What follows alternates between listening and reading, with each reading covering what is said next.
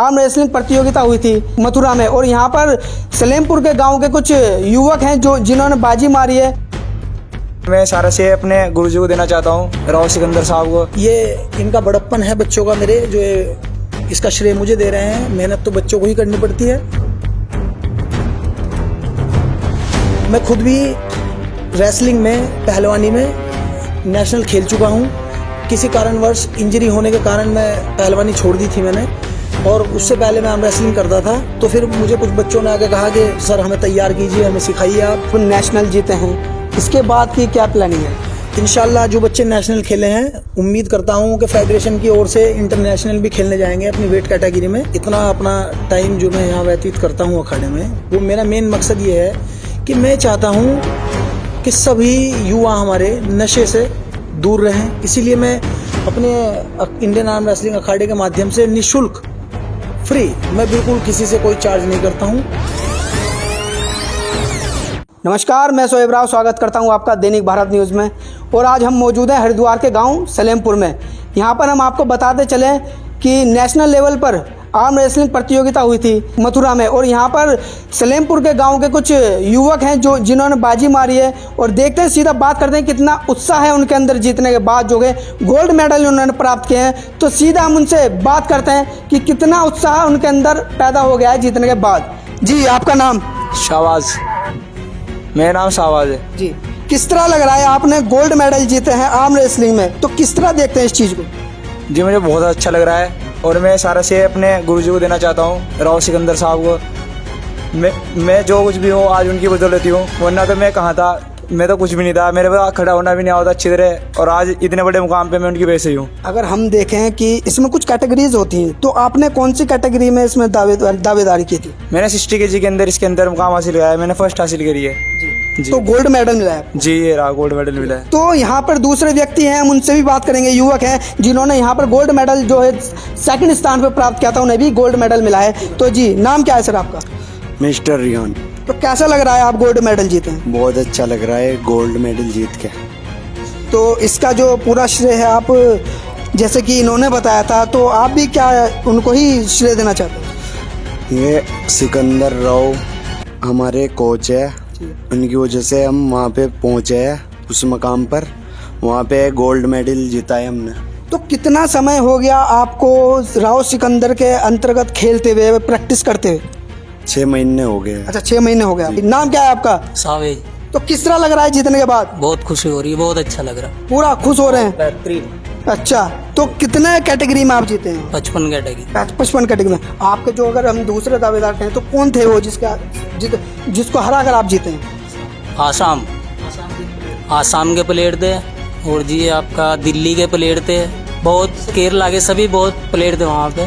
तो चलिए हम बात करते हैं उनसे, जो कि इन तीनों के पीछे जिसका हाथ है इस आर्म रेसलिंग प्रतियोगिता को जीतने का, गोल्ड मेडल सलेमपुर के नाम करने का। तो चलिए हम सीधा उनसे बात करते हैं, जो कि राव सिकंदर कोच हैं, इनसे सीधा बात करें। जी सर, कैसे हैं आप? मैं बहुत अच्छा हूँ और मैं दैनिक भारत न्यूज़ का बहुत बहुत आभारी हूँ कि आप हमें दिखाने के लिए और हमारे बच्चों को की जो उत्सुकता है उसको आम जनता को दिखाने के लिए हमारे बीच प्रस्तुत हुए हैं। मैं आपका तहे दिल से इस्तकबाल करता हूं। सर, अगर हम बात करते हैं कि आपके जो लड़के हैं, शागिर्द हैं, वो कहीं ना कहीं गोल्ड मेडल लाए हैं, उत्तराखंड में नाम रोशन किया है पूरे उत्तराखंड का, और हरिद्वार में ही रहता है, तो इस बारे में आप क्या कहना चाहते हैं कि इन्होंने इतना बड़ा जो नाम रोशन किया है उत्तराखंड का?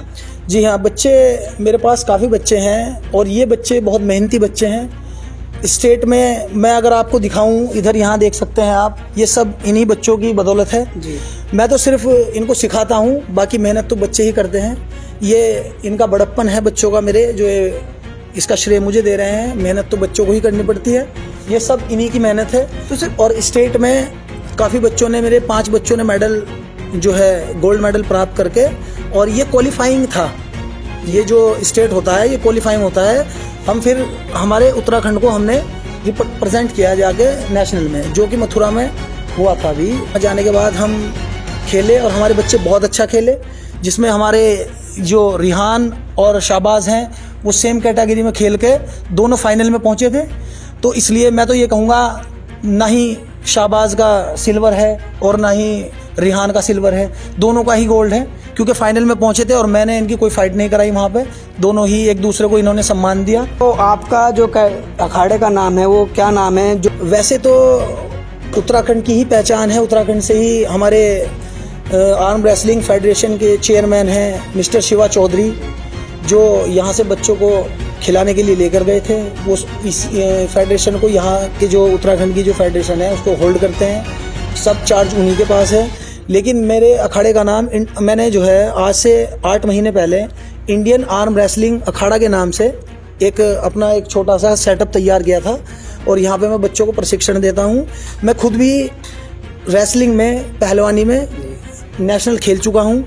किसी कारणवश इंजरी होने के कारण मैं पहलवानी छोड़ दी थी मैंने, और उससे पहले मैं आर्म रेसलिंग करता था। तो फिर मुझे कुछ बच्चों ने आगे कहा कि सर हमें तैयार कीजिए, हमें सिखाइए आप।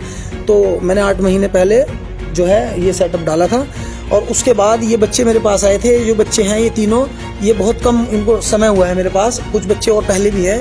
इन बच्चों को लगभग 6 महीने मेरे पास हुए हैं और इन्होंने बहुत मेहनत की है, बहुत अच्छा मुकाम आज जो इनका जो मेहनत का जो फल है वो आप सबके सामने है। तो कितने टोटल स्टूडेंट हैं आपके फेडरेशन में? मेरे अखाड़े में फ़िलहाल 70 स्टूडेंट हैं, 70 बच्चे बहुत से हैं जो मेरे से प्रशिक्षण लेना चाह रहे हैं। गांव के भी हैं, मेरे आसपास के गांव के हैं, कुछ ज्वालापुर से हैं, कुछ मंगलौर से हैं, कुछ हमारा यूपी से भी मेरे स्टूडेंट हैं। वो नेशनल जीते हैं, इसके बाद की क्या प्लानिंग है?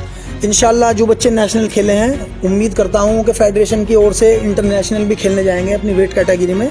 मेन मकसद है इस अखाड़े को चलाने का, और इतना अपना टाइम जो मैं यहाँ व्यतीत करता हूँ अखाड़े में, वो मेरा मेन मकसद ये है कि मैं चाहता हूँ कि सभी युवा हमारे नशे से दूर रहें, बुरी आदतों से, बुरी लतों से। ये आजकल जो नशे का माहौल, ये प्रचलन हो गया है नशे का, जो हर 10 में से 8 बच्चे नशे से में जो है पड़ चुके हैं। मेरा मकसद है कि सब स्वस्थ रहें, कोई नशे की तरफ ना जाए। इसीलिए मैं अपने इंडियन आर्म रेसलिंग अखाड़े के माध्यम से निःशुल्क, फ्री, मैं बिल्कुल किसी से कोई चार्ज नहीं करता हूँ, मैं निःशुल्क सेवा दे रहा हूँ। मेरा मकसद है कि मेरे बच्चे जो हैं, हमारे गांव के, शहर के, राज्य के, देश के, मैं चाहता हूँ हमारे देश से नशा बिल्कुल ख़त्म हो जाए।